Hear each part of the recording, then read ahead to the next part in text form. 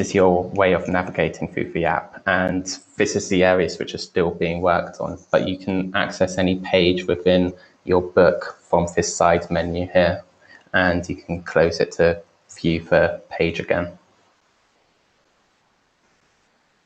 So that is everything that has been worked on so far with the user interface of the product.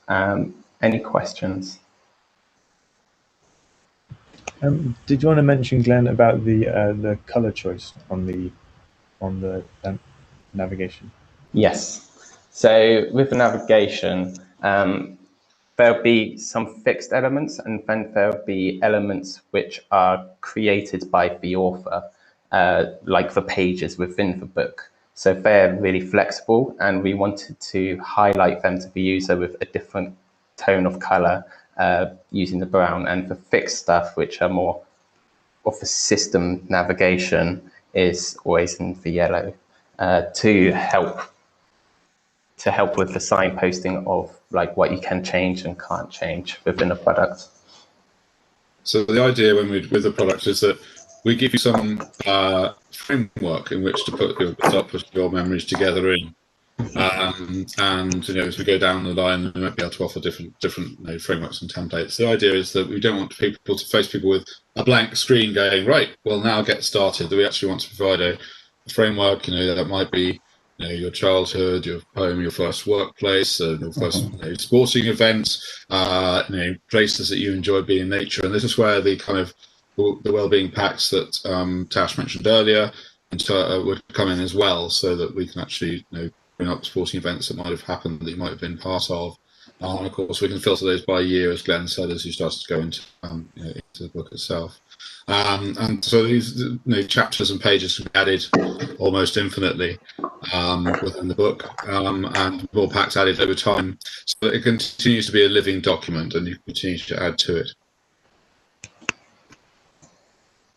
Thank you, Chris. Is it to stop sharing so we can see people who might be raising?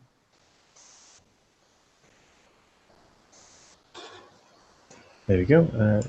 Should have stopped sharing now. Great.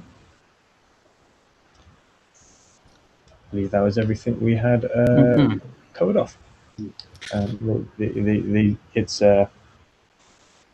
There's still more to there's still more paint to put on the wireframe, so to speak. But to show and cover off a bigger part of that contextualization and the registration and the sign up section, it starts bringing it all together instead of just these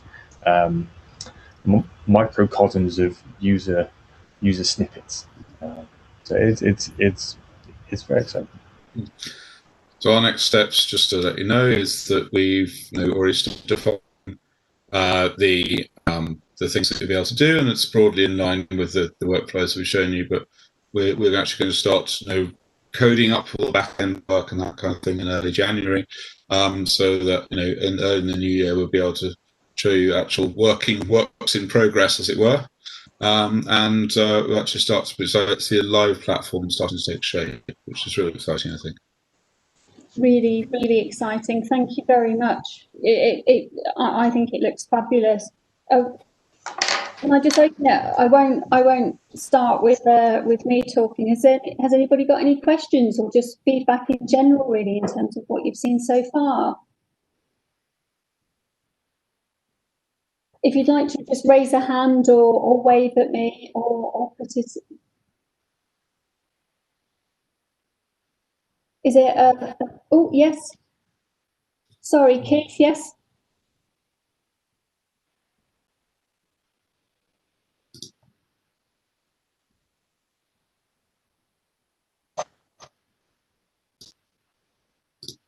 Can you hear me? Yes, I can. Yes, I'll just mute myself. Okay. When we do these books, can you copy and paste from Microsoft Word onto it? Yeah. The reason I say you picked up the one for primary school, which is quite interesting, because I wrote about my primary school days, and it's about 10 pages long. Is that too long? No, we're allowing for the idea that you might have long long stories to tell. I've even got all my old school reports of the school as well, which I could attach to it if make interested reading. And photos of me over the years that were taken between 1952 and 1956. Well, we certainly, the idea of being able to upload things from your own devices or just take photos of your photos and upload those is very much built into the platform. Yeah. One of the things we're looking at in terms of sharing is whether there would be, whether certain photos that might be places that you might want to be able to make available to the platform for other people to bring in as to their life stories as well.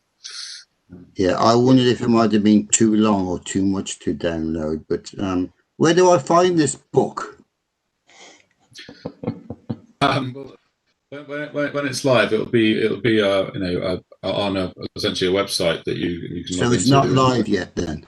Not yet. No, we're starting the actual proper coding in January. So we're aiming to go live in March. So at the end of March, we're hoping to dovetail that with the Know Your Place, which will obviously provide a large repository of assets and stuff for people to feed into their book. But so we can't start doing anything until the end of March, then, is that right? Alas, that's true. Yes, these things take a little while.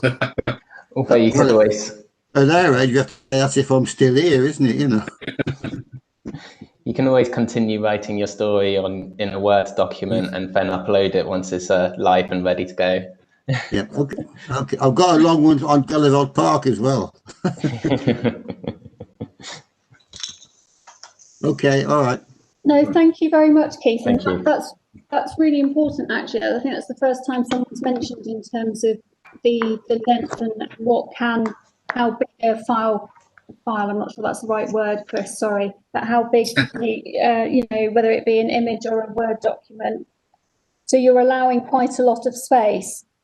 Well, it was. I mean, I wouldn't like it to be done. I would like it to be broken up. It's a continuation of each year I was there. I mean, when I started, we had gas lighting in the school. It was. Yeah. I think that's it's one of those things that you might break it into chapters or it's one in continuous chapters. narrative. Yeah. Well, we see anyway. Okay. Yeah, we were absolutely. We were discussing that a couple of days ago about allowing for longer memories. Yeah. Okay. Right. Thank you. Thank you, Keith. Was there anything else that you wanted to ask? Not that I can think of at this moment. No. I just wanted to know when we could find. I should probably mess around and be able to find my own way around it. Actually, when we get going. I can understand some. I mean, I've lived with computers since before Windows came into being. So that's how far I go back. No, thank you, Keith. But you make another valid point, and I guess one of the things that we really wanted for anyone, and I know Chris and Reece and Glenn are working really hard on, is to make this as an easy and accessible platform as they can, really, that you don't need someone talking you through, but if you do, that I think that's what you were saying, Glenn, jump in if I've got this wrong, but there will be, as you said, those prompts. Yes. And potentially videos that will talk people through how to do it, as well as. Yeah, I've just thought of one other point. You said it was mainly aimed at people with a device, Android device, or a tablet. I prefer to do it on a laptop, but that's no problem, is it? Yeah, it will be a web application. I like to mess around. Yeah, I like a proper keyboard to play with and things like that. So. Me too. Okay, right. No, thank you, Keith. Okay, thanks. We've got 2 questions. So the second comes from Paul. So it's following on from Keith. Will you be able to upload PDFs? Yes. But obviously one of the things about PDFs is that they are, kind of slightly obscure. So the platform is kind of oriented around, putting in text and images so that you can build something that is immediately accessible rather than people having to download things. But obviously, being able to upload PDFs is that's fine. It's just that we want to try and make a book that is it's immediately accessible rather than something that is slightly more obscure. Does that answer that question, Paul? Yeah, I'm going to say it's just something. Obviously, on Facebook you can't upload PDFs, so you have to convert them all. And it's just something that I was thinking on this platform whether people would be bothered to convert. So Chris, you're saying that people will have the option to do PDFs as well as. If it's accepting PDFs, it's fine. It's just that obviously if you got something in a PDF form for Facebook, you have to convert it into a JPEG or something like that before you can put it on Facebook. So.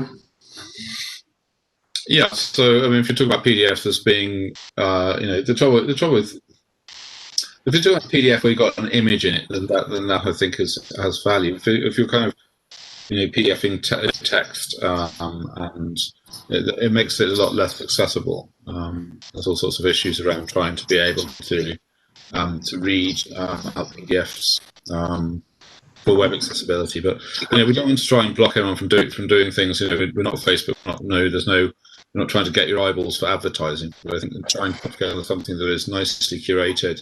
Everyone wants to be able to actually have it as text as much as possible. Yeah, thank you for that. Deborah, welcome from taking over from Sam. Your question was, is there a cost to this, please? I'm really pleased to say that no, there isn't to any of it. It will be free.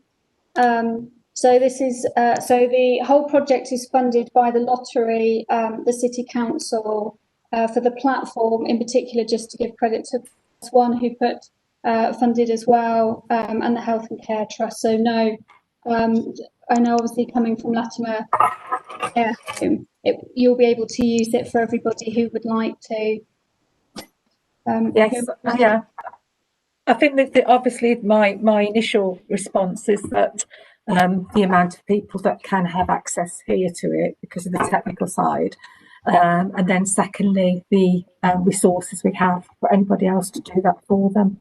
That would be my initial response. But let's not to say that we could do one. It might take a while, but yeah, definitely.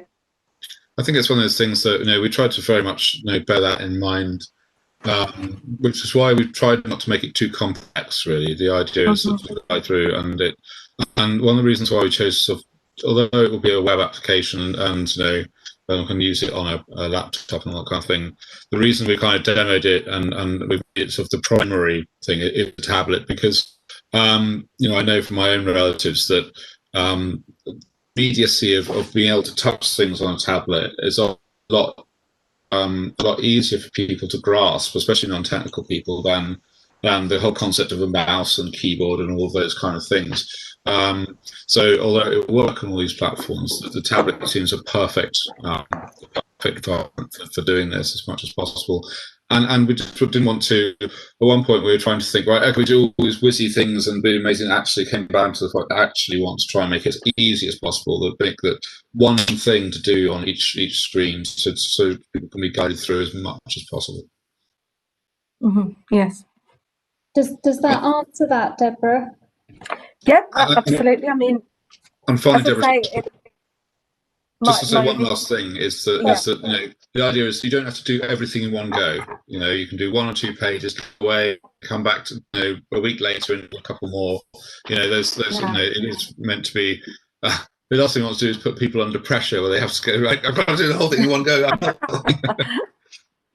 No, I think from the the Latimer Care Home point of view, it's going to be very much of somebody doing that for somebody. I can't think of anybody that could run with that at the moment. Absolutely not. But we do have resources here, etc., that we could do.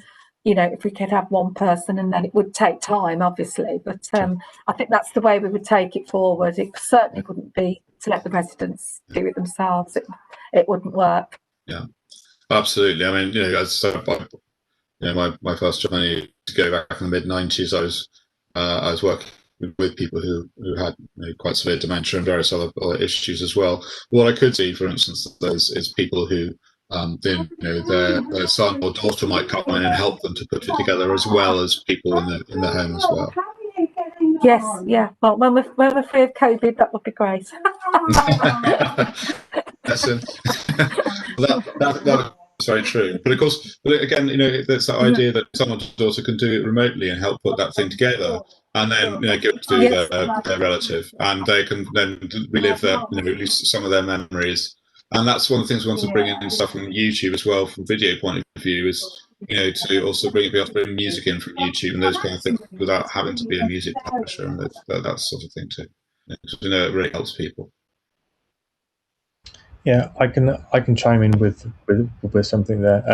The benefit of a bit earlier on in what we were showing, the benefit of being able to register or sign up on someone's behalf, as Chris alluded to, actually does offer the option for a relative to populate the book, and then show it to the resident. So it's multi-purpose, both for the author to complete it and also for the author to read it once it's been completed by someone else. So multi-purpose. That's really helpful, both, and I think having that option where making it as accessible as possible for somebody living with dementia or something that may stop. I can tell you've really thought about, as well as that option for people to do it with families or with staff supporting. So that's really great. Thank you. There's a couple of other questions as well. So Brian says, an observation, 10 pages might be a bit long in one lot. Splitting into a page per year might work better. I think you said about both options, Chris, but do you just want to say that again, just to... Well, I think that it's, yes, I mean, that splitting into chapters or into years might be a good way to do it, but of course we don't want to constrain people too much. And if Keith wants to write it as one continuous narrative, or dare I say stream of consciousness, then he should be allowed to do that too. And the pages will then be able to adapt. We can use columns and to allow the pages to adapt and the idea is to try and keep it so that we're not scrolling up and down too much. But actually, we would then just spread it over multiple pages, page turns, as though a book. So yeah, and I think that we've talked about the as PDFs, so that people have the potential, for instance, to send them to services that can actually print the books for them, but also to export them as watchable videos. And I think that having a nice mixture of photos and text is a good thing, because ultimately text might be rather boring to watch as a video. But of course, the whole idea of this is to flexibility. Actually, the book should be nice enough that you can go online just in a web browser, as Keith might do, or just fire up on your tablet and flick through it as you would. So I think that the idea is to try with the most simple interface to give the most possible flexibility of output. And Chris, correct me if I'm wrong, there will be the option that somebody may choose not to do text. So it may be, I don't know, I've spoken about myself already. I might have a photo of Elgar High School, and then I could talk, I could record myself saying about my school and things, and as that plays. I don't know if you want to, you may have mentioned that as you were doing the presentation, but it might help to say that again. Yeah, so one of the things we want to build into this is the idea that instead of just writing things, you could actually say, as Tash said, to actually record yourself saying what you want to say. One of the things that was raised at the last workshop was the idea that effectively that grandfather could leave a message for their grandchildren through the book. And they could hear that person talking. So again, it's about giving flexibility in terms of what it is. It might be a bit of text, it might be talking, and then sort of a video or photos you got on your computer from with it. You're just sniffing the gas from the gas lights. No, it was great sharing that. I think and of course you spoke a little bit within the presentation about people being able to put music that will play at Yeah. the same time. Yeah. Can I ask for people's feedback? I know that Reese, Glenn and Chris were particularly interested in knowing, in kind of, you were putting the painters, you said, on what we talked about last time, what people thought in terms of font and size and accessibility. Sorry, I will just give my feedback on that. The page where you got the option to do the extra large buttons or change the colour, I just thought was brilliant. It was really clear. So that's my feedback already. I didn't know what other people's feedback was.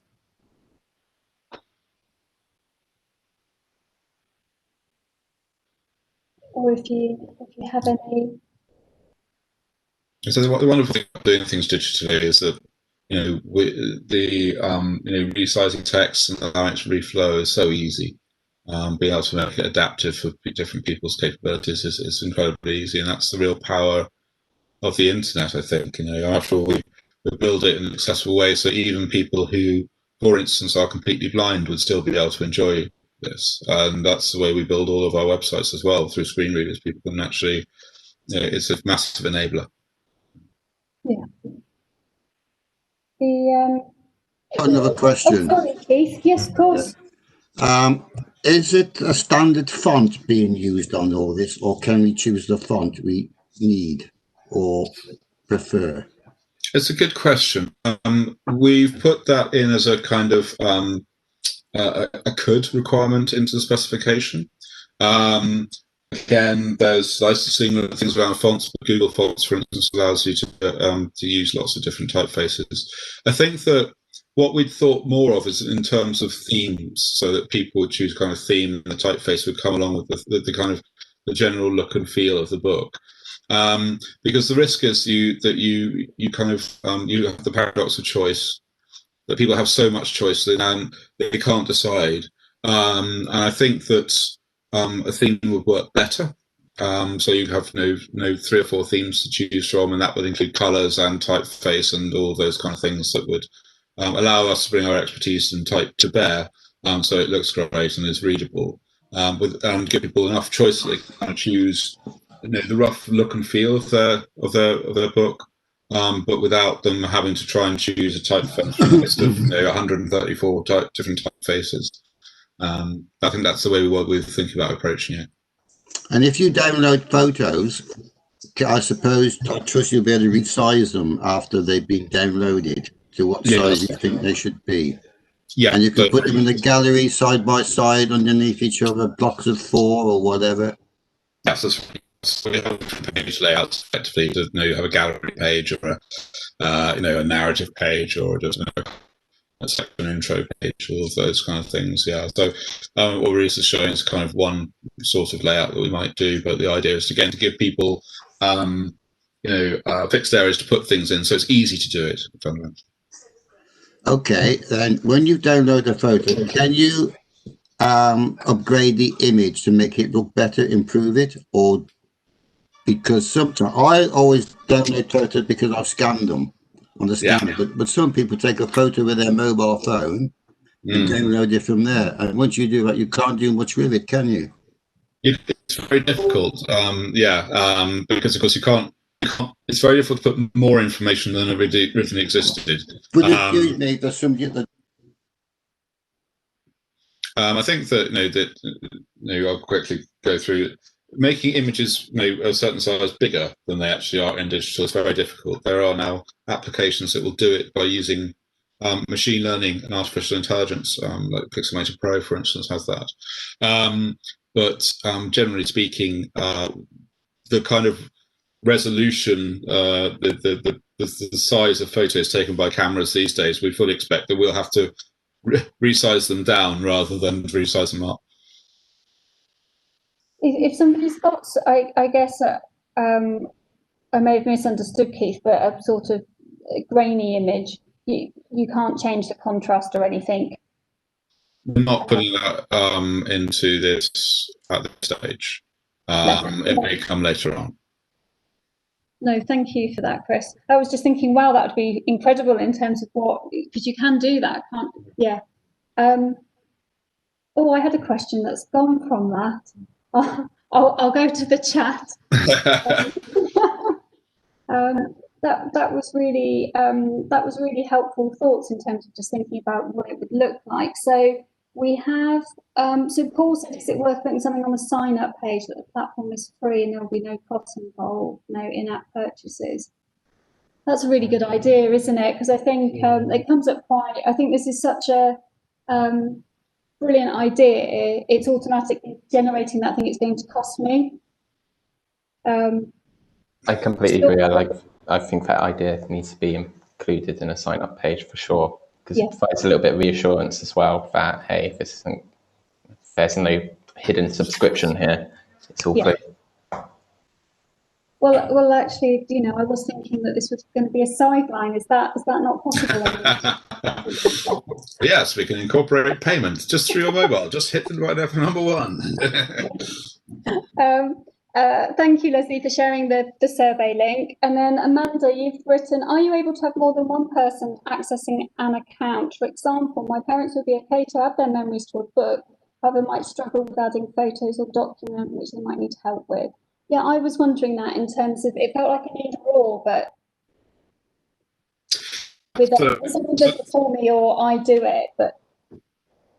Yeah, so I think that's certainly something that we've looked into, and I think we probably want to try and do, because you don't want some people sharing their account passwords and that kind of thing. So I think yes, you can start a book and then say, actually, I want to invite this person to help me out or something of that sort. And so if they already exist on the platform, they'll just automatically get added, but then it'll send an invite email to someone who's not on the platform yet. I think I certainly see that being the best way to do it. That's brilliant, and I think then it allows your relatives to kind of see, or it allows people involved in building that book to kind of see it develop as well, which is always quite an exciting process. Of being involved in building things is, I speak personally, always the most fun thing. Well, that's what the research says, Chris. I think going back to Deborah's point, I think you've got the book as you complete it, but we actually know the doing it together can really increase people's well-being in that sense of being able to give back and a sense of purpose. So I really love that idea of being able to do it together, and as you say, not handing someone over their password, which is exactly what I would have done.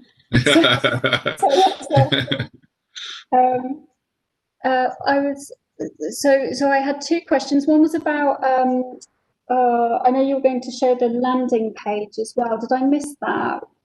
We were worried over this in terms of the live streams. So sorry that I know you were going to show. Sorry, the page that you opened. Did I? It was that was the initial page that Glenn showed. Yeah. Sorry, Glenn. In that tablet. Yeah.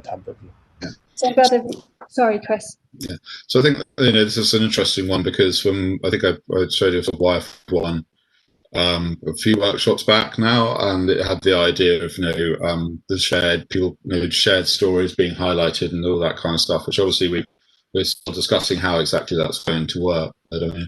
The landing page, as we call it, fundamentally it's a public page and content management driven, so you go and change things and highlight. I was thinking very much of the sort of little highlights and little stories that Sheena's put up on Worcester Life Stories WordPress site as well. All of those nice little things as bits of updating information that can come through, and examples of how people have used Know Your Place, for instance, to trigger memories of their father on the building site. I think was one of them. And to keep that updated. But the main call to action is, why not come and join this community and build your own? But it needn't be a fixed thing. In fact, it won't be a fixed thing. It will be something that should be living and help draw people in to do things. And if we look at the sharing thing, we've talked a number of different things around sort of personal details and all of that kind of stuff. Then be able to have featured live stories would be, given the right permission, would be fantastic, I think. Yeah, I think that would be incredible, and especially, sorry everybody, that was something that was mentioned 2 workshops ago, wasn't it, Chris, in terms of perhaps certain chapters of people's lives that they may want to share together. in a sort of safe space where that's possible. So I think it was a point, sorry, you may have mentioned it already, but it was just to let people know that you'll be able to create multiple life stories as well on one account. Is that still correct? Yes. Yeah. Yeah. So you might want to do one for your grandmother, one for your grandfather, one for your one of some of the Worcester City, well, your experiences of that. So yeah, I think that's definitely needs to. I missed that, what you said, because you laughed around it, but I won't. Deborah, you've written that would be a great addition. Sorry, no. Sorry, that's Paul. Sorry, forgive me, Paul. That would be a great addition, as you could write a story of Latimer Court, Meadow Court, rather than a person. Oh, that's a great idea. So, Paul, where are you? Down at the bottom, not with your video on. I think that's around the allowing more than one person to contribute to the book. I think if you by having multiple people feeding into a story, it adds another dimension to the stories. Because it's all about the individual at the moment. But if you think of a place such as Latimer, Meadow Court, or even a club or something like that, they can tell the stories of their members or their residents and where they've come from and about, their different experiences. It just adds a different layer to it for me. It could even be school friends that are, grew up together on the same street, who, what a certain street was like at a certain time. And Paul, hearing you say that goes back, I guess, to one of the reasons I got in touch with Sheena, in terms of if you've then got an opportunity to share and talk about that in terms of those packs. And I know, I don't know if Michelle, I think they may have left. No, sorry, you're there in terms of for walk, having that opportunity to come together and talk about an area and share it enables people to increase well-being and have that connection and identity, that kind of sharing option that you were talking about, because you can really see the kind of flow back and forth between the individual and your kind of collective identity, which I know Shirley's looking into. So yeah, it sounds a great idea. I guess, who would own that? Would you just set it up as one? I guess you could just set them up as books, could you? There is a downside to that. Sorry, Paul, can I just ask a question quickly? Yeah. Can you only have, oh no, because you can have multiple books. I was thinking if you had one email address, it still won't matter, will it? Because you could create multiple books, so that it's not going to hinder you in any way. No. Sorry, Paul, what was your question? I say obviously you'd have one person would have to set up the initial book and then invite other people to contribute. But then it's where you start losing control of that. So that's the downside of that. I guess I wonder if that's some. Sorry, Chris. I wasn't saying anything. Oh, I was just wondering about the social, whether there's that it comes back into, and this is obviously not in development yet, but the kind of the third bit that people have talked about, the social. So rather than an individual book or a Latimer Court book, it's a safe space to talk about those shared experiences, as you were saying. Yeah. I don't know what you think. Yeah, it opens up some potential for sort of everyone's chatting around it, which I think is interesting. I'm trying to keep the scope of this relatively focused, but I think certainly being able to collaborate on something like that has, as you say, a real value, because we can build up an idea of community. So it's something we want to we can have a look at for sure. Yeah. And Glenn, I think it fits into your thing. I think that's an example of a club, i.e. contributions from Worcester City Football Club supporters could be really powerful rather than relying on one volunteer.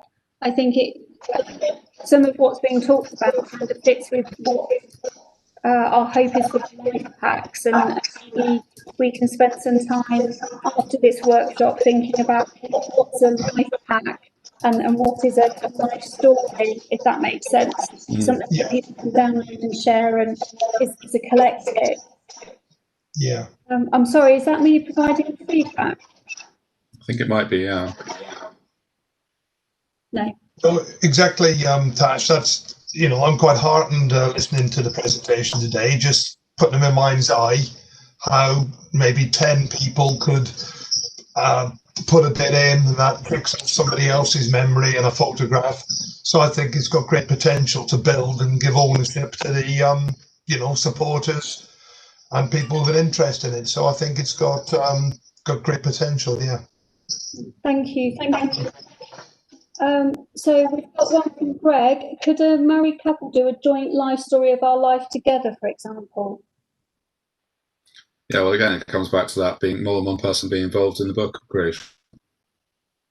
And editing kind of the content and changing the chapter titles and the page titles, and being able to being flexible enough to be able to edit it and create almost whatever you want from it, but also being kind of easily accessible enough so that if people don't want to really drill deep into it and kind of be editing kind of chapter headings and everything, they don't need to. But if a couple did want to really customize it and tell a story of themselves, then it's definitely flexible enough to be able to do that. Keith, I know that you had to answer the door. Did you hear Chris answer your question, and were you happy with that? Yeah, I'm quite happy. You know, somebody came through the door, so that's a go. No, it's that time of year where hopefully it was packages. Oh, sorry. Brian Jones says multiple users, for example, work colleagues could create a magazine with joint and overlapping stories. So that feels like a real theme that's coming out of today's one, something about that shared story space. Is that right, Brian? Have I understood that?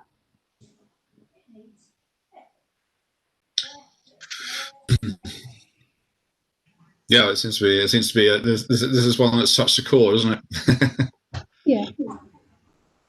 Just one more question. Just something else I've thought of. These memories that you write or people write, is it permissible to write them, your memory, in the language of the time that the memories are taking place, which may not be acceptable by today's standards? Well, I think you know what I'm getting at, don't you? I do, yes. This is one of the things why... Sorry. Otherwise, they might be meaningless to somebody if you can't use the language or describe the events at the time that you are trying to remember. I think this is one of those things where, you know, fundamentally the life story book is private to you, and you choose who you might share the end result with. It's, you know, so the language that you use is entirely up to you. But it's, you know, it's one of the things that we've been discussing around the concept of actually people being able to share on a sort of, you know, even within the other people who are users of the forum. It should be a choice, a positive choice to share it, not that it is going to be shared by default. And so what you feel comfortable writing and what you feel comfortable sharing should be entirely up to you. It was just something I suddenly thought of, but I thought under the impression that whatever you put down is seen by everybody who's a member of it. Then what's the point of doing it? Well, because it's creating memories for people who might not remember things so clearly, but might want to share it with, for instance, close relatives, but not necessarily to make it public. Because, you know, there are things that are, you know, the idea is it should be private by default, because apart from this, you might be sharing quite personal things about yourself. You might be sharing quite personal things about people you knew or members of your family. And, you know, that's not really the purpose of this. I mean, if that's, you know, if you want to be able to do that, then Facebook and Twitter and all these other things are out there to do that. But, you know, the thing we have been discussing is you should have the choice to share, you know, parts of the book or the whole book yourself. And we would choose who you share it to. So, yeah. Okay. No, I'd echo that, because it's going to have a number of functions, and I guess, and you've not spoken much about it so far, but I guess the well-being aspect, to say if you were somebody living with dementia or somebody that may not be able to communicate something, you could also include that in your book in terms of things such as routines. I've said before, and I'm not joking, can I say, sometimes people laugh, but I've said, I am not a milky tea drinker. I do know that I will be the person that does not drink it, but those elements will also be within the book. So it will enable, and sort of Deborah, and I think is it Kim, and obviously Michelle, will also be something that people might want to use as a tool to also enable communication with people that may not know somebody so well, both in terms of what's important to me and what my life was like. So that's also being built into the book. So people may be aware of the This Is Me from the Alzheimer's Society, and Chris and Glenn and Reese have been working on that element. So depending on what you want to use the function of the book for, again, that's in terms of those chapters, and then who you decide to share that with. I know quite a few people that write books for themselves, and take quite joy out of being able to review their life and the things that they've done, and don't necessarily share it, even though it'd be lovely if they did. So I just really wanted to echo your point there, Chris. Greg, can you opt to share a chapter with other users, such as our weddings? That did come up before. Chris, do you want to answer that in terms of what you were, or Lisa or Glenn? Sorry, I default to Chris. As do I. I'm happy to go away. I mean, no.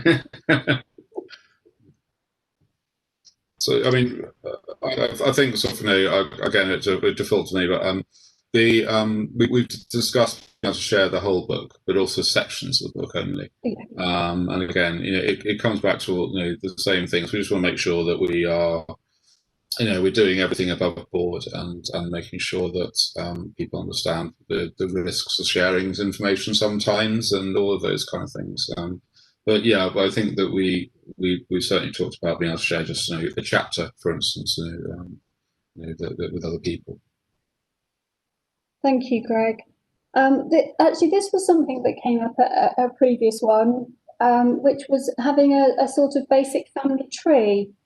I know that you spoke to it before. I don't know if that's something you've been able to scope as to whether it's possible or outside of the scope of the platform. We haven't scoped it properly yet. There's a kind of basic level of it. We haven't scoped it yet, to be honest. It's certainly something we'll take in as being a nice thing. But as someone else has pointed out, there are platforms that do this very well as well. I think it's probably it's one of those things we'd like to try and get this platform developed and launched and being really successful, and then be able to look forward as to where we want to take it next, I think. Yeah, in addition to that, part of the expanding kind of like expanding in depth and not kind of in width, we will have the option to add different page layouts, different page styles, page layouts. Galleries have been mentioned, and kind of more almost news article kind of layouts. So these different page layouts could at some point include something which looks a bit more like a family tree. So we're not building on additional family tree functionality, so to speak, but we're just providing another page type which could be used. So it could be another page kind of layout, but it wouldn't necessarily be a built-in standalone, so to speak. No, that's brilliant. And I guess actually just thinking about that, following sort of Keith's question in terms of that sort of sharing, and saying that the book would have different perhaps functions or needs for people. has anybody got any feedback in terms of, we said there would be a chapter sort of maybe around what's important to me, like the This Is Me, the breaking down into the different chapters in terms of childhood, wedding, etc. Are there things that you're thinking actually this would be great as a prompt or another section that you hadn't seen in? No. Yes, Deborah. One of the things that we do, especially for the residents with dementia, is we do something that the family supply to us, all about me. Mm-hmm. So obviously when they go into our homes, then, you know, some of them have had, I mean, I had a gentleman last week, and he's the last surviving veteran of the bomber command or command bomber. So, you know, their life stories are just amazing. And the people that work in the care homes always want to know about, you know, what was she a nurse when she was younger? Was he a vet? You know, has he been a veteran, etc. And what we have, or what other care homes have, will have a memory board or a little book. So the carer going in, or the nurse, or whoever, can learn about Mary or Fred, etc. And I'm thinking that something not into the extent of what we've got here, but something very brief that could be completed by the family. And it's normally the family that wants us to know all about them. You know, don't forget she does this, and don't forget she did that, or he. And I think that a smaller version could be used for the staff to have that, as opposed to going through reams of paper and books and pictures. Funny you should say that. It was mentioned at a previous one. Sorry, Chris and Reece and Glenn will be able to describe it more. But and thinking about Michelle. Sorry if you. Obviously, there's two of you there. One must be Michelle. So I had read that one of the things that people were looking at is that your life story could plug in and be playing in the background if the person gave consent. So you had like a mini video that was going that would give key points that came out of that. And that is something that, Chris, you were looking into. Again, it's just a slightly different use of it. So it acts in the same way. I know when we were on the wards, we had memory boxes that were outside people's rooms. But what we identified is that actually after so many days, people stopped looking. So it's something, if it's slightly more interactive or it provides different information, can make a difference. Is what the research said. Is that what you were thinking, Deborah? Yeah, absolutely. Because I'm new to care home that I'm in at the moment, and you know, it would be, I'd love to know very quickly about the residents that I've got here. You know, when we've got that many, it's lovely. It would be lovely to quickly know, all about them without having to go into the rooms or go through memory boxes or etc.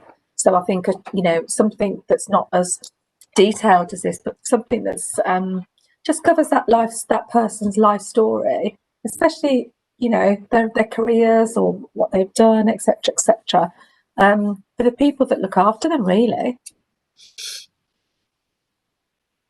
Absolutely. So that was Chris just saying, absolutely. So yes. Right. So yeah, nothing to add apart from that. They'll break the silence. No, but something, I guess, it's having that. So it's a and both, really, isn't it? It's something that enables somebody to be able to know what's important to me. And I was looking to other people in terms of what they were thinking, and I guess Michelle and partner. Is this fitting for you in terms of? Sorry to put you on the spot, and I said I wouldn't do that. So please kick me afterwards. Would you be able to unmute, Miss? Yeah. Hi. Sorry for the delay. Yes, Michelle and I'm Gemma. Hi. Hello. Yes, we're sat at Worcester Royal Hospital, actually. We're a couple of physios there. So yeah, the sharing function sounds brilliant. It is time because we have a lot of patients, so we would love to sit down and start these things with them, but it is family members that are going to give you that insight, really. So I believe it's something that they should be doing, and hopefully that it could be shared with staff so we can get to know our patients a bit better. Absolutely. Yeah. Is there anything that's been said so far from your perspective that would be really helpful to feedback other than what you've just said? Because it's great to have the Acute Trust joining us as well, really, just in terms of. Yeah, about this sort of a shorter version or a memory board type page that, or a scrapbook type page that you could put little things of, I don't know, little random things that mean something to that person. So you can, you know, have a quick look at it, would be brilliant. So you know, something like these are the most important things I want you to know about me. Yeah. Yeah. Yeah, probably mostly pictures, maybe, but then maybe other, you know, symbols of anything that, you know, you could just add on to it, but more of a scrapbook style, but obviously electronically. Yeah, I believe Deborah, that might be something that, you know, you can relate to as well. Yeah. I've never seen a little hand before. I didn't even know you could do that on this. I've learned something new today. I'll be looking to see how I do that. Is that this emotion reaction? So there we go. Is that new? But yeah, it's new. Okay, I'm glad about. So sorry, Michelle and Gemma. It's great to have you, and sorry for putting you on the spot. But then that just gives a sense in terms of the Chris and Reese and Glenn, thinking about all the different people that would use it. What would be most helpful? I realised that we're already at time. I had wondered whether we wouldn't get to time today, but it just shows how much interest is really in the project. And I don't know about Chris and Reese and Glenn, but it feels like we've got a lot out of today. I don't know if you want to say anything, Chris. Well, I can let my colleagues chime in. So yeah, it's been extremely insightful today. So thank you everyone for your feedback on what work we've been doing so far, and just really excited to go and roll in some of your feedback into the designs now.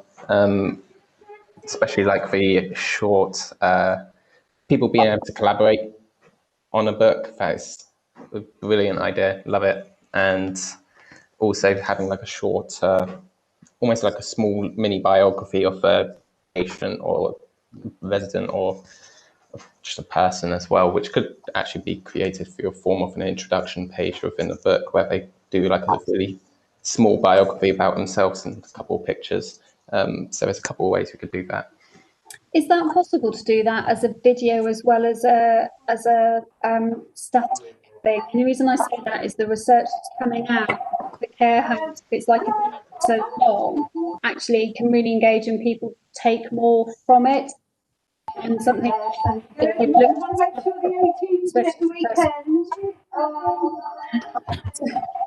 sorry, that's not me. But I think we want to try and work out the best way to do it. Actually, I think, you know, from you know, Gemma and Michelle's point of view, I think that, you know, that they're looking at it from the point of view of, can I quickly glance at this and get the salient points to my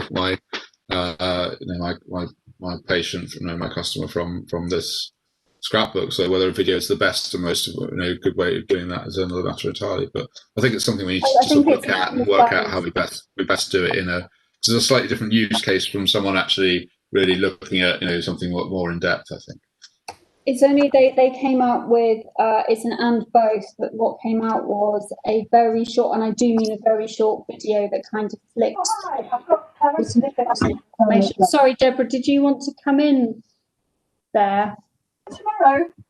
Yeah, I was just listening and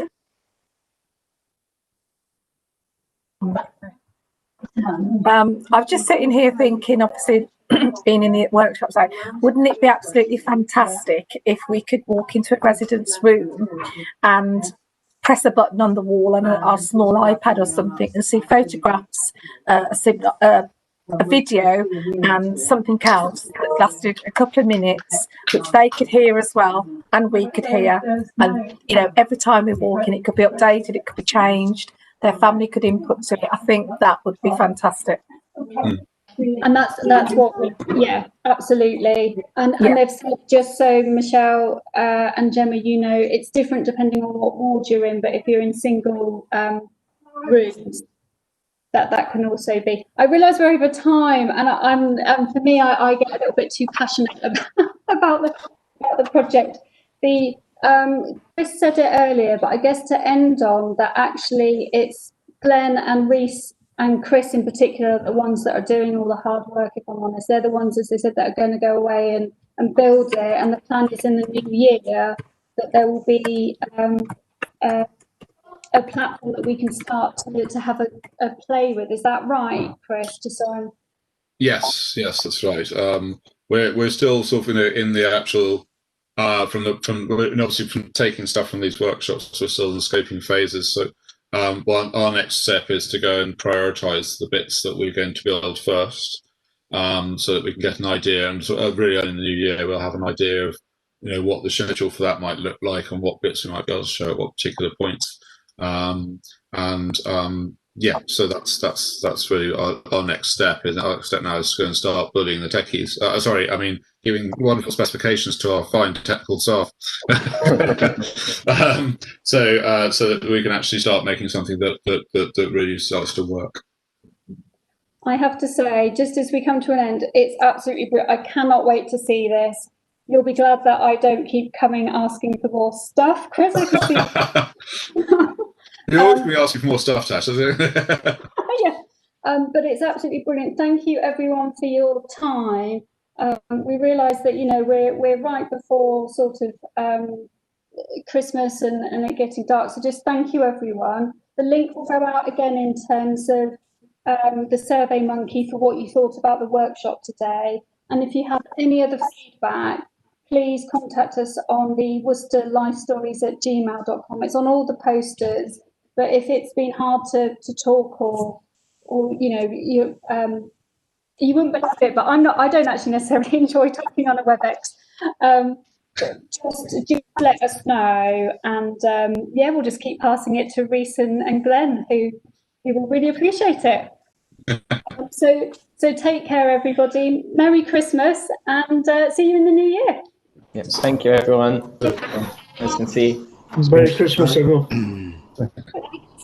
Cheerio. Bye. Bye.